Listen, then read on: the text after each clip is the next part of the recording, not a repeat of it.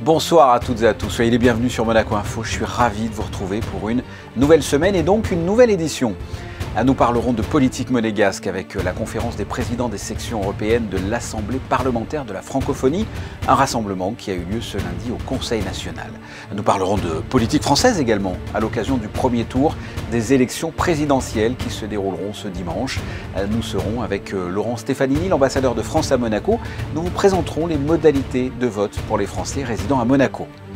Nous ouvrirons une page sport avec les résultats du week-end, que ce soit la victoire de l'ASM en foot dans le championnat de France, tout comme en basket où la Roca Team s'est imposée face à Orléans 90-84 ce dimanche.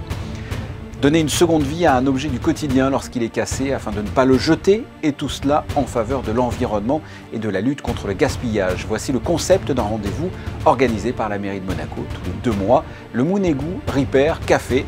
Vous aurez les explications dans un reportage. Et pour clore ce journal, clap de fin pour le Printemps des Arts de Monte-Carlo, la première édition pour le nouveau directeur artistique, le compositeur et chef d'orchestre Bruno Mantovani. Nous reviendrons sur le dernier concert proposé à cette occasion ce dimanche avec notamment Renaud Capuçon. La conférence des présidents des sections européennes de l'Assemblée parlementaire de la francophonie avait lieu ce lundi au Conseil national. Une cinquantaine de participants s'est réunie en principauté afin de poursuivre les travaux de promotion de la francophonie au niveau institutionnel et de veiller au suivi des résolutions adoptées par l'Assemblée générale de l'APF. Une délégation d'Ukraine était également présente. Reportage de Vanessa Dessy et Olivier Bonello. Associer un grand moment de fraternité et de partage entre les 300 millions de francophones des 5 continents. Voici l'objectif de la conférence des présidents des sections européennes de l'Assemblée parlementaire de la francophonie.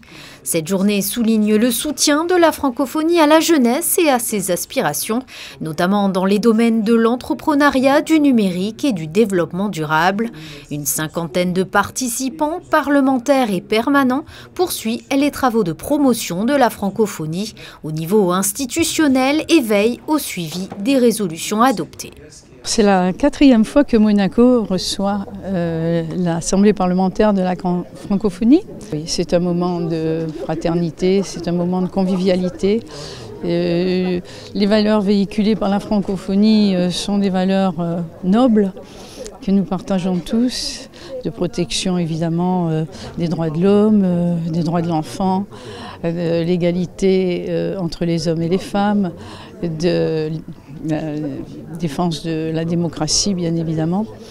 Et donc je pense que c'est un grand moment pour Monaco. Dans le contexte international actuel, la région Europe de l'Assemblée parlementaire de la francophonie a choisi de rajouter à l'ordre du jour la situation géopolitique en Ukraine. 2 parlementaires ukrainiennes de la Rada étaient présentes dans l'hémicycle du Conseil national afin de faire état de la situation dans leur pays.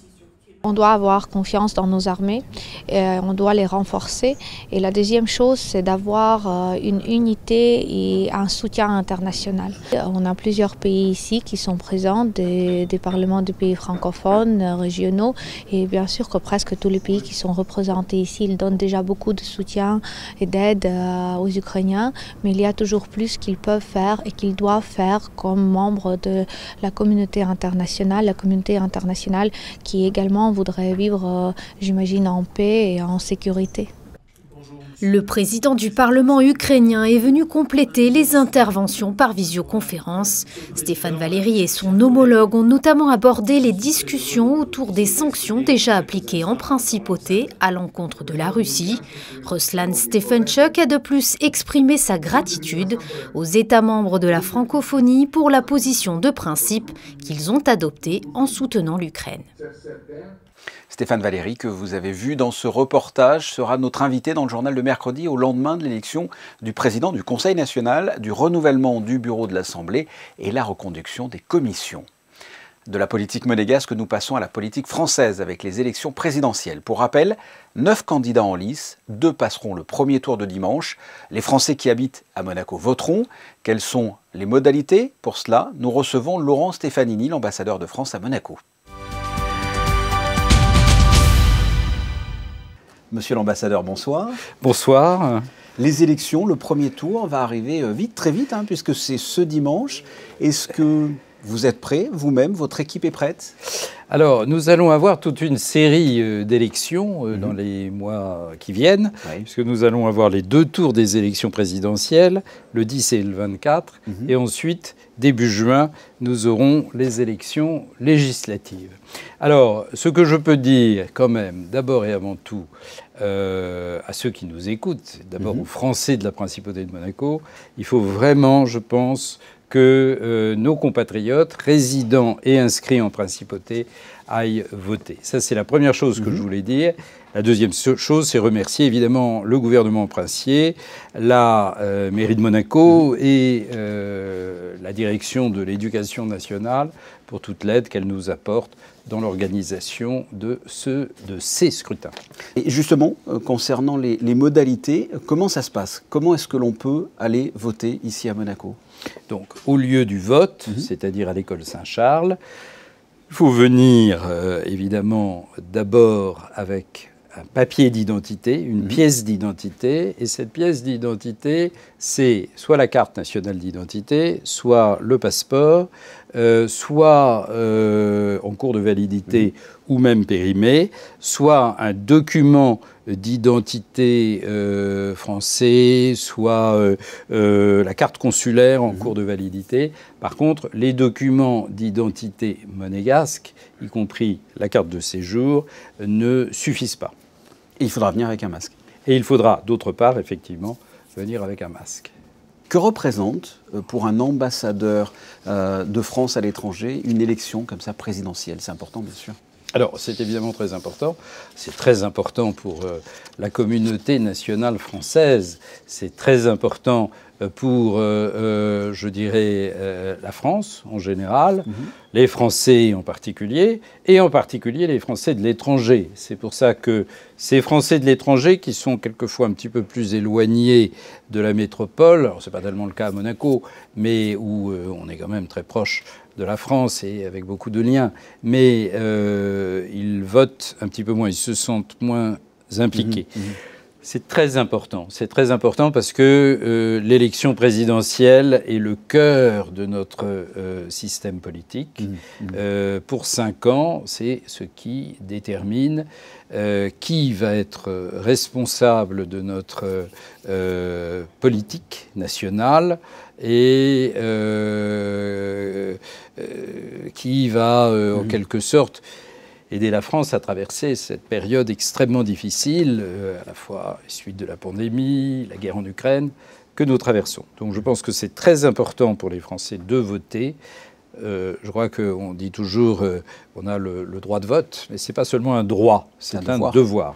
Absolument. Et comme dans les bureaux de vote traditionnels, en France, est-ce qu'il y a des observateurs de chaque parti pendant ces élections ici? Alors bien sûr, et je veux remercier d'ailleurs tous les volontaires. Nous en avons encore besoin aussi pour dépouiller les bulletins, parce que notre procédure en France, qui n'a pas changé pour ces élections de 2022, est une procédure très formaliste, et nous avons besoin d'énormément de monde qui vient nous aider, en quelque sorte, à surveiller le bon déroulement du scrutin, et ensuite à dépouiller les bulletins pour avoir assez rapidement dans la soirée le résultat des différents tours d'élection. Mais écoutez, je crois qu'on a fait le tour là, sur ces élections présidentielles. Monsieur l'ambassadeur, merci. Mais c'est moi qui vous remercie. Et encore une fois, le message que le maximum de Français de Monaco aillent voter dimanche prochain et dimanche 24. Je vous le rappelle, le premier tour des élections présidentielles se déroulera ce dimanche. Les Français résidents pourront donc voter à l'école Saint-Charles de 8h à 19h. Nous passons au premier point info avec Alexandra Pani. Bonsoir. Et on ouvre avec vous une page consacrée aux résultats sportifs de ce week-end. Bonsoir Fabien, bonsoir à tous. On commence avec du football et cette victoire de l'AS Monaco en Ligue 1 dimanche en match extérieur face à Metz. Après la trêve internationale de 2 semaines, les hommes de Clément confirment leur large succès face au PSG lors de leur dernière sortie en championnat. En première période, ils doivent faire face à la Muraille Messine, mais au retour de la mi-temps, les Rouges et Blancs reprennent le jeu en main et dominent pour s'imposer finalement 2-1. Les Monégasques enchaînent ainsi pour la première fois 2 victoires consécutives en Ligue 1 avec Philippe Clément. Et Wissam Ben Yedder conforte sa place de meilleur buteur de la Ligue avec 18 buts à son actif. Prochain rendez-vous dimanche à 15h à domicile face à Troyes. Après le ballon rond, on passe à la petite balle jaune et un sociétaire de la Fédération monégasque de tennis victorieux au Portugal. Une deuxième victoire depuis le début de l'année pour Valentin Vachereau sur le tournoi Futur à Quinto do Lago. Le joueur de la Fédération monégasque a battu en finale le Coréen Suyu 2-7-0, 6-4, 6-3. 395 mondial ce matin, il atteint son meilleur classement ATP de sa carrière. À Monaco, le Rolex Monte Carlo Masters débutera cette fin de semaine. Vendredi auront lieu les tirages au sort à 17h, Fabien. Vous pourrez les suivre en direct sur nos réseaux sociaux. Et je vous rappelle que chaque soir, du lundi au dimanche, nos experts reviendront sur les moments forts de la journée.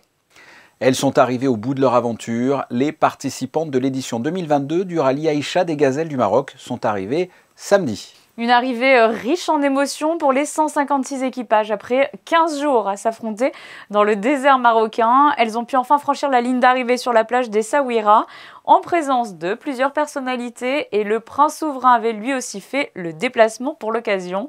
On rappelle que le 19 mars dernier, les équipages de la catégorie électrique s'étaient cette année encore élancés depuis la place du Palais de Monaco. Merci Alexandra. On reste dans le domaine sportif. Après sa qualification en play-off d'Euroleague, la Roca Team revenait aux affaires nationales face à Orléans ce dimanche. Un match compliqué où tout s'est joué dans les dernières minutes. Résumé de la rencontre, Yannick Debever, Pierre Gazza et Clélia Renaud. La Roca Team est une grande adepte des retournements de situation. Comme face à Milan en Euroleague, Monaco a été mené une bonne partie du match face à Orléans. Entre défense laxiste et beaucoup d'approximations offensives, la Roca Team joue une première mi-temps bien en dessous de son niveau. Orléans en profite pour creuser un bel écart de 14 points à la mi-temps. Ici pour les sacrés, c'est fort, ça, c'est puissant, très très fort. Il a montré les muscles derrière Youssou Ndoye. Lui, il va devoir monter le son. Et puis Monaco se décide enfin à rentrer dans son match dans le troisième quart-temps. Grâce à Donatas Motiejunas et Mike James, la Roca Team passe un 12-0 pour revenir sur les talons de l'OLB. Mais les Orléanais sont en confiance et cela s'en ressent dans leur adresse extérieure. Le sniper en chef s'appelle Lamonte Ulmer, auteur de 21 points. Résultat, au bout de 30 minutes de jeu, Monaco est toujours à 13 longueurs de son adversaire. Mais tel un animal à sang-froid, la Roca Team ne panique pas. Ce quatrième quart-temps sera le théâtre d'un retournement de situation exceptionnel. Les Monégasques marquent 34 points contre 15 seulement pour leurs adversaires. L'homme du match et clutch player s'appelle Mike qui inscrit 11 de ses 24 points dans le dernier quart. Sur ce shoot, Monaco passe devant. Orléans est complètement dépassé. Dwayne Bacon trouve ensuite un Danilo Andjusic ouvert. Le Serbe ne manque pas sa cible et propulse Monaco à 2 possessions d'avance. À 28 secondes de la fin, l'inévitable James, MVP du mois de mars en Euroleague, scelle le sort de ce match sur un nouveau shoot monstrueux. On n'a rien lâché, c'est sûr. La première mi-temps, elle était complètement catastrophique. De mon point de vue. Après, deuxième mi-temps, forcément, on voulait inverser la tendance et montrer un autre visage, par respect pour nous, par respect pour les gens qui sont venus nous voir jouer aussi. On voulait montrer quelque chose de mieux. Le championnat, c'est quelque chose de très important aussi pour nous. On essaie de finir la saison en étant le mieux classé possible pour avoir l'avantage du terrain. On sait à quel point c'est important sur les playoffs. Donc ce match était très important. Victoire finale 90-84, la Roca Team s'accroche à Levallois en tête du championnat avant de se déplacer chez la Lanterne Rouge Chalon-Reims ce mardi soir. Et 3 jours plus tard, ce vendredi, la Roca Team jouera son dernier match de la saison régulière en Euroleague face à Berlin avant de jouer pour la première fois les playoffs du championnat de basket le plus élevé en Europe. Mounegou, Ripper, Café, voici le nom du nouveau rendez-vous pour la préservation de l'environnement organisé par la mairie de Monaco. Rendez-vous qui s'est déroulé ce samedi au marché de la Condamine. Qu'est-ce que cette manifestation? Réponse dans ce reportage. Ils ont pris possession des halles de la Place d'Armes, réparateurs en tout genre, de l'électronique à la mécanique en passant par de la couture.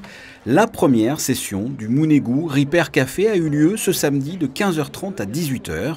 Cette manifestation en collaboration avec l'association Repair Café Nice a été organisée dans le cadre des actions menées par la mairie de Monaco en faveur de l'environnement et de la lutte contre le gaspillage. Vous avez des objets chez vous qui sont cassés, qui ne fonctionnent plus. Alors il faut surtout plus les jeter, il faut arrêter de les jeter.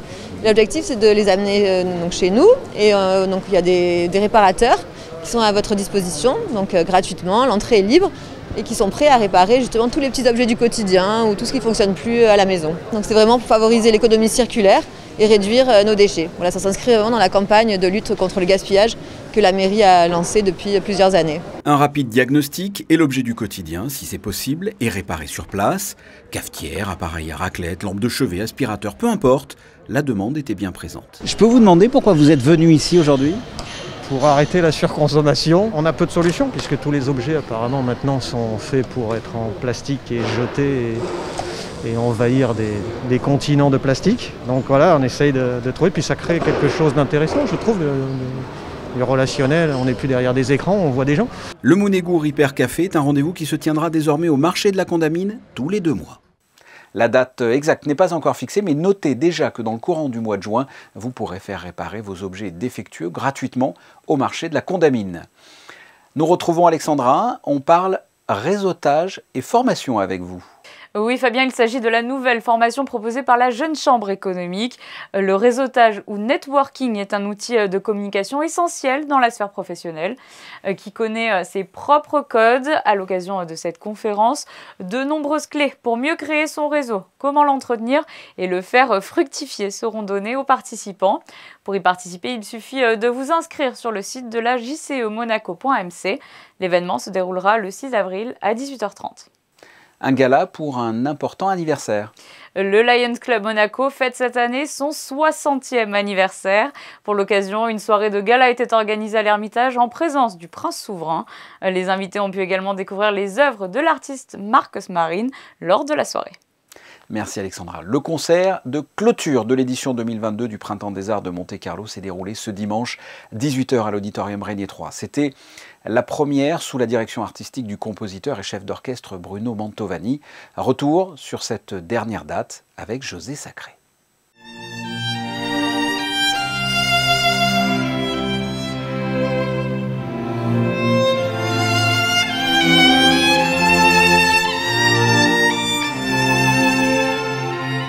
Soliste invité du concert de clôture du Printemps des Arts de Monte-Carlo 2022, le violoniste Renaud Capuçon a interprété les 2 romances pour violon et orchestre de Beethoven et une pièce d'Henri Dutilleux.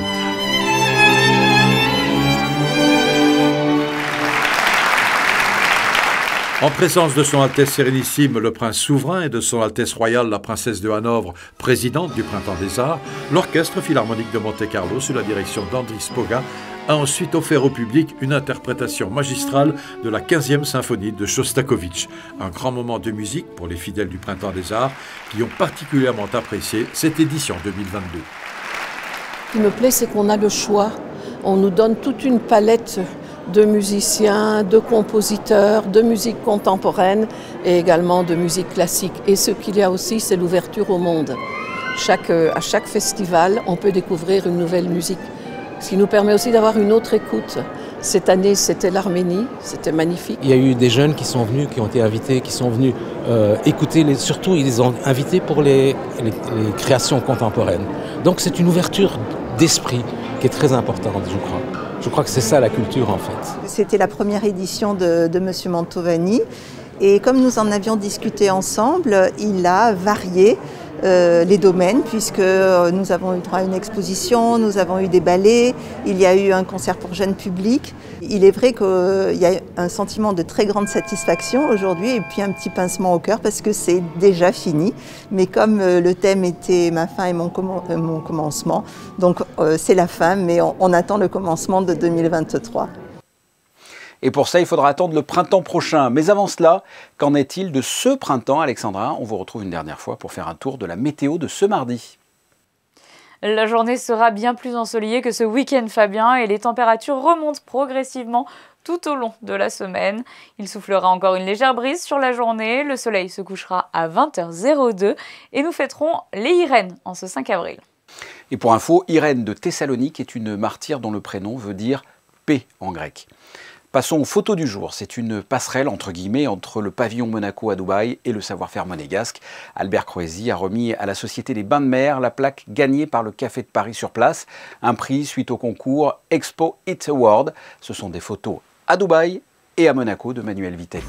Ce journal est terminé. On se retrouve mardi 19h pour une toute nouvelle édition. Passez une excellente soirée. Portez-vous bien. Au revoir.